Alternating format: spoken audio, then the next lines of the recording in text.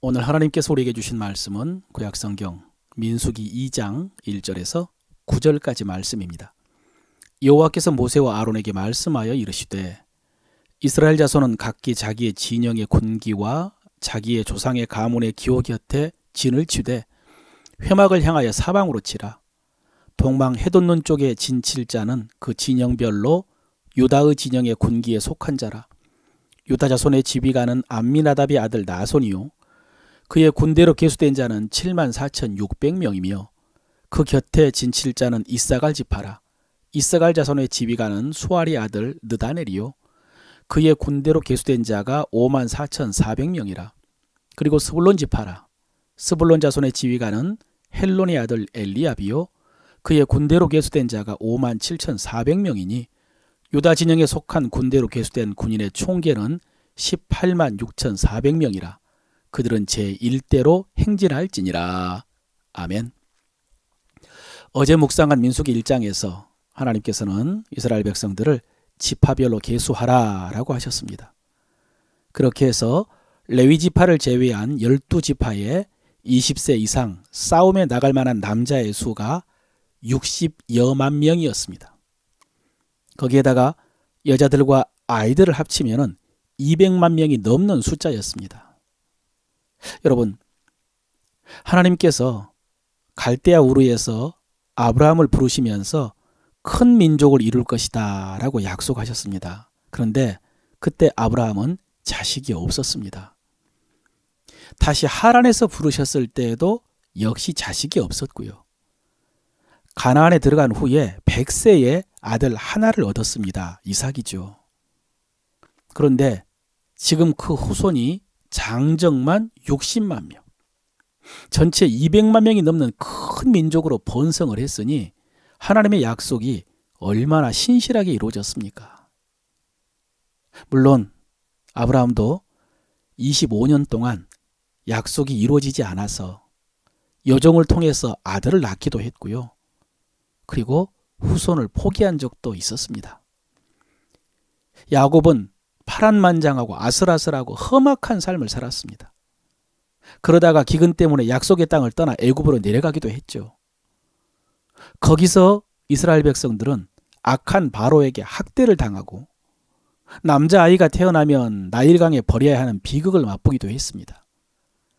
하나님의 약속에서 멀어지는 것 같은 많은 순간이었습니다. 그런데 지금 애굽을 떠나 광야에서 수를 헤아려 보니 장정만 60만 명.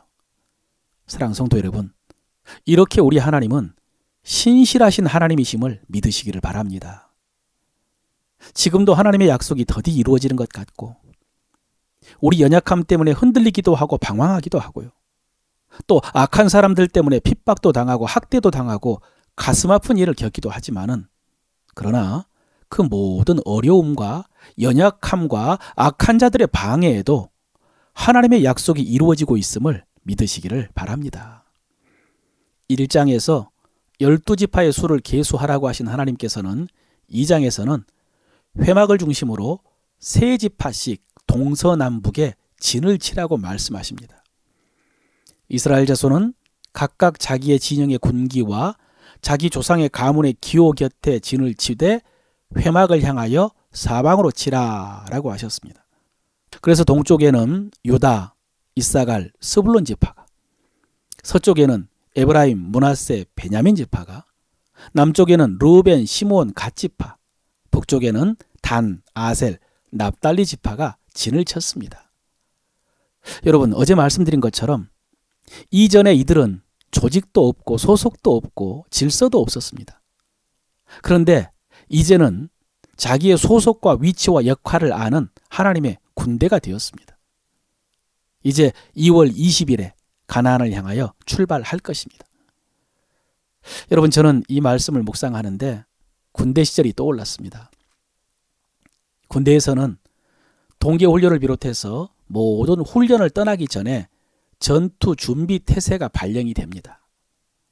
아침 6시에 발령이 되면은 군인들은 기상을 해서 소총을 휴대하고 모든 군장을 갖추고 필요한 모든 물건을 차량에 탑재를 하고 나머지는 파기하고 출동 준비를 합니다. 여러분, 이때는요, 정신이 없습니다. 모든 군인들이 다 뛰어다닙니다. 걸어다니거나 어슬렁거리는 군인은 없습니다. 출동 준비 명령이 떨어지면은 자기가 어디로 가서 무엇을 해야 하는지 다 알고 있습니다. 저는 이등병 때 임무가 양각대였습니다. 그래서 준비태세가 발령이 되면 저는 소총을 들고요, 산 꼭대기로 정신없이 달려갔습니다. 그리고 거기에 참호를 파고 소총을 거치하고 밑에서 다른 부대원들이 출동 준비를 하는 동안에 적이 침입하는지를 경계했습니다. 여러분, 그때 제가 쫄병이라고 고참이 다른 일을 시켜서는 안 됩니다. 제 일은 산 꼭대기에 올라가서 경계를 서는 일이었습니다. 지금 이스라엘 백성들의 모습이 이렇습니다. 그리고 그리스도의 군사로서 오늘 우리의 모습이 이래야 됩니다. 내 소속이 어디인가? 나는 어디에 집합해서 무슨 역할을 감당해야 되는가? 여러분, 알고 계십니까? 확인하시기 바랍니다. 그리고 찾으시기 바랍니다. 마지막으로 하나님께서는 12지파가 동서남북으로 진을 칠 때 성막을 향하여 진치라 라고 하십니다. 다시 말해서 각자 자기 장막의 문을 성막 쪽으로 내라는 말씀입니다. 여러분, 그래서 이스라엘 백성들은 자기 장막에서 나올 때에 항상 성막 위에 머물러 있는 구름기둥과 불기둥을 보았을 것입니다. 그래서 아침에 장막에서 나올 때에 하나님께서 함께 하심을 확신할 수 있었습니다. 그리고 그 불기둥과 구름기둥이 떠나고 머무는 것을 확인하면서 행진도 하고 머물기도 했을 것입니다. 여러분, 오늘날 우리도 이렇게 교회가 우리 삶의 중심이 되어야 됩니다. 일주일 우리 삶의 중심은 주일이고 교회이고 예배가 되어야 됩니다. 주일날 교회 가서 예배함으로 일주일을 살 수 있는 은혜를 받아야 됩니다. 또 지리적으로 교회에 가까운 곳에 살면 좋겠지만은 그보다 더 중요한 것은 교회를 향한 마음입니다. 인간적인 감정으로 교회를 사랑하는 마음이 아니라 교회를 통해서 베풀어 주신 은혜를 사모하고 소중히 여기는 마음입니다. 사랑하는 성도 여러분, 교회가 여러분의 삶의 중심이 되시기를 바랍니다. 교회를 통해 베풀어 주신 은혜를 통해서 하나님의 임재를 체험하고 하나님의 인도하심을 확신하고 하나님의 능력을 공급받아서 여러분의 사명을 감당하고 승리하는 여러분 되시기를 축원합니다.